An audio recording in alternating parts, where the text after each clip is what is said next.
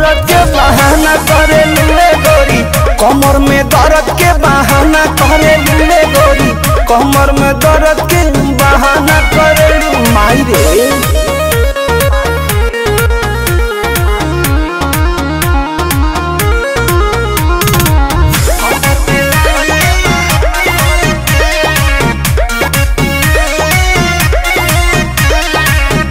दुपहरिया में धरिया कवरिया में भागेलू कूद के ना आवेलू पजरिया में, भागेलू कूद के ना आवेलू पजरिया में। वो अपना सुख खाती हमारा के दुख दिले, कहे दिलवा में राजा जी हुक दिले।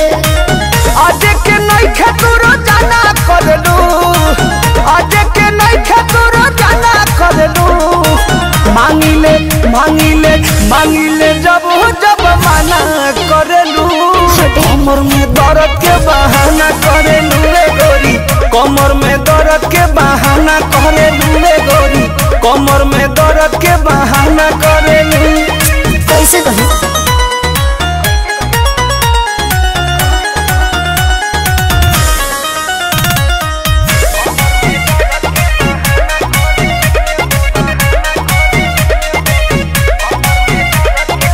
बारू तू कमाल के रखेलू संभाल के, कहे छछनावा तारू की निहाल के, कहे छछनावा तारू की निहाल के।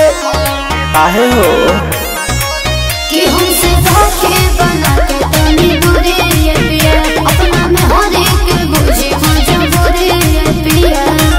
परमत प्रियांशु के ना खाना देवेलू, परमत प्रियांशु के ना खाना देवेलू, मांगिले मांगिले मांगिले जब जब माना करेलू, कमर में दर्द के बहाना करेलू रे गोरी, कमर में दर्द के बहाना करेलू रे गोरी, कमर में दर्द के बहाना करेलू। ट्रस्ट में जान अरे आओ ना।